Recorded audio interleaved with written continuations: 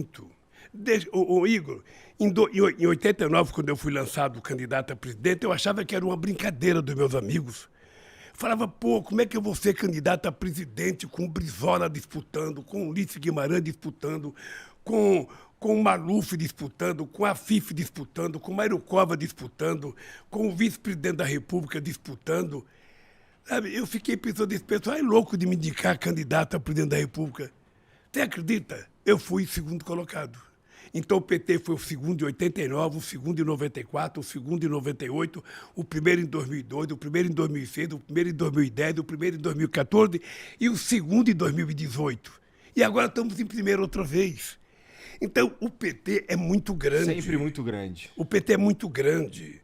E o PT não é a nossa direção nacional. O PT, na verdade, tem gente muito importante espalhado por esse Brasil afora. Sabe, gente do campo, gente pescador. A parte da sociedade está vinculada ao PT. Tinha cara que pegava uma canoa, andava 3 dias remando para ir no reunião do PT no estado do Amazonas. 3 dias remando, comendo frango assado com farinha de mandioca e bebendo água do próprio rio. Então é um partido poderoso. Obviamente que na hora que você vai crescendo, vai entrando gente nova, a família vai crescendo, a família vai crescendo. Quando você era sozinho na sua casa, você comia o melhor bife, tua mãe te dava mais denguinho, mais carinho. Mas quando vê os irmãos, aí o irmão começa a dar cotovelada no outro. Então o PT foi crescendo, ficou mais confuso. Mas veja, se você fizer uma pesquisa de opinião pública e perguntar qual o partido de sua preferência, você vai aparecer assim, PT, 20% ou 22%. Segundo colocado, 1% ou 0%. Porque não existe outros partidos. Agora está surgindo o PSOL. Mas o partido que aparece nas pesquisas é o PT. Porque o PT tem história e tem muito vínculo com a luta social nesse país. Mas por isso é que tem tanto ódio contra o PT. Será? Porque o PT é muito grande, cara. Eu não sei se é por isso, porque ó, eu acho que o PT, de uma forma geral, ele acaba... Bom, você ganha a primeira vez, aí você ganha a segunda vez, e você consegue emplacar a Dilma também, né?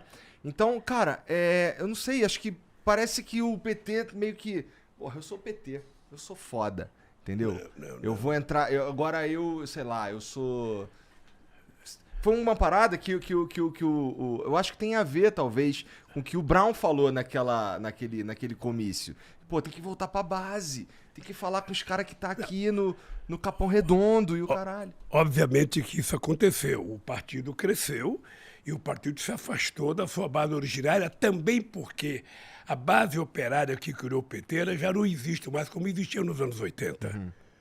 Eu, quando era presidente do Sindicato de São Bernardo, nos anos 80, a Volkswagen tinha 44 mil trabalhadores. Hoje tem 7 mil. Então, também o mundo do trabalho não é mais o mesmo. Então, mudou. Mudou a base do PT. E o PT sabe que eu faço muita crítica. Eu deixei de ser deputado em 90, porque tem muita gente que achava que só mandava no PT que era deputado. Só tinha importância no PT que era deputado. Eu resolvi deixar de ser deputado para provar que eu ia continuar tendo importância no PT, mesmo sem ser deputado. Trabalhando, viajando o Brasil. O cara, quando morreu o Chico Mendes, eu estava em Cabo Verde. Quando eu recebi a notícia que morreu o Chico Mendes em Chapuri, longe para caramba. Você desce em Rio Branco, tem que pegar mais 300 quilômetros de estrada, chovendo pra caramba. O PT não tinha dinheiro, eu falei pra tesoureira do PT, aluga o avião para pagar em 30 dias.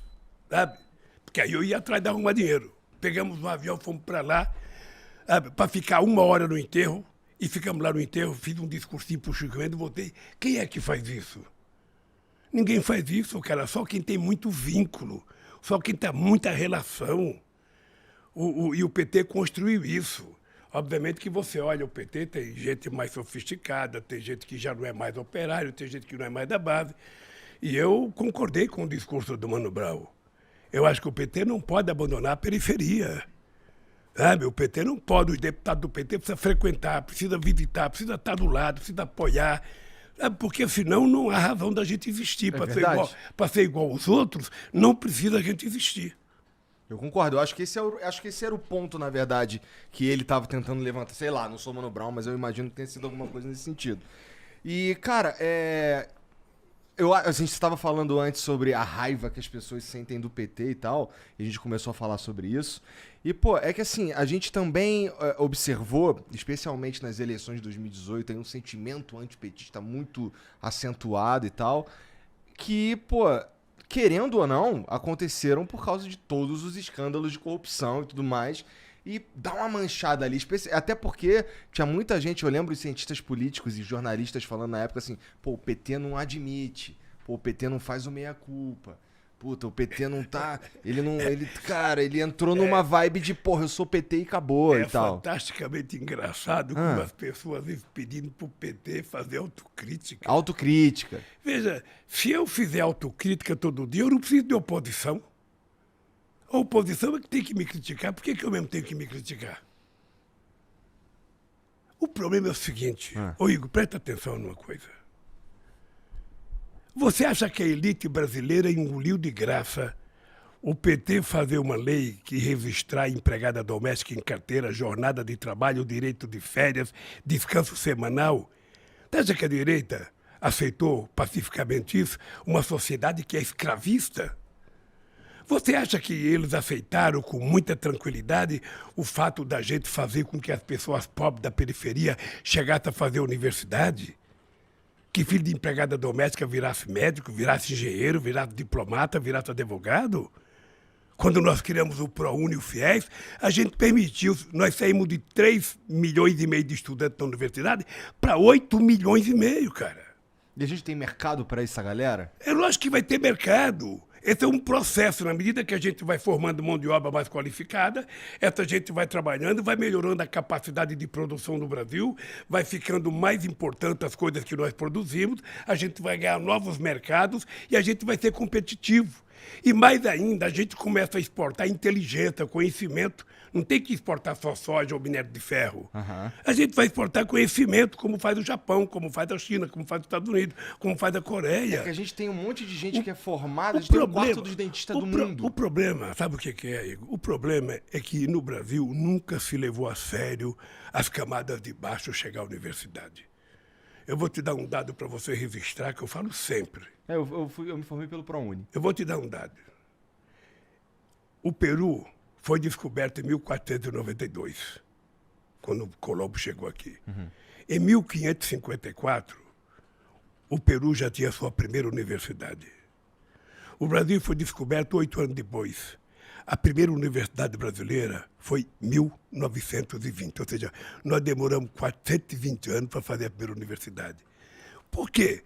Porque 420 universidades tem tudo a ver. Pô. Porque os filhos do rico iam estudar na França, nos Estados Unidos, eles estudavam. E como era uma sociedade escravista, para que negro precisa aprender, índio precisa aprender e pobre precisa aprender? Não. Esse país, até 1930, só podia votar quem tivesse terra, quem tivesse dinheiro. Sabe? Que era, mesmo que o cara não produzisse nada, se ele tivesse muita terra, ele virava conde, virava duque.